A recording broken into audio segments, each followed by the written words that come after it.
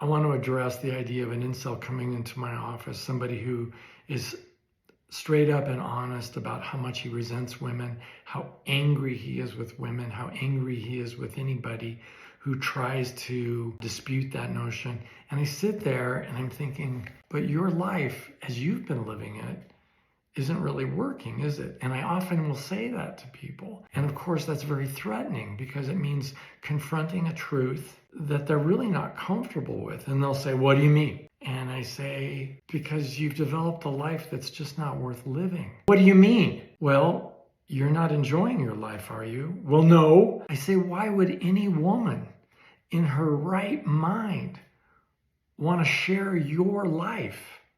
That makes no sense at all. And then there's a long silence. Because of course it's obvious, nobody would want to share the life of somebody who's chronically angry and who blames their partner for everything going wrong in their life. Women don't want to take the blame for all of that. Nobody does. When I get to that point where they begin to see, not accept, but begin to see that they don't have a life worth living, then begins the very step-by-step process of building a connection with someone. And so what I need to do, and what I always have made a practice of doing, is leaning into the unpleasantness, because I don't like confrontation any more than anybody else. But unless I have the courage to speak up and say what I'm really thinking and how I'm really feeling, and also the courage to laugh at their incredibly great humor, their funny remarks, their distractions, I can share their life. And kind of like a hired gunslinger, I become a temporary friend where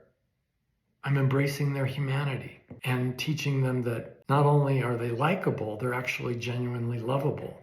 And if they could pull their head out of their anatomy, other people could discover that too, because they're keeping the most enjoyable, wonderful parts of who they are as the best kept secret in town, so that nobody knows. Nobody knows how really funny he is. Nobody seems to know how really loving he is and how much he yearns to connect with somebody. And also, in his heart of hearts, he knows he doesn't know how to do it.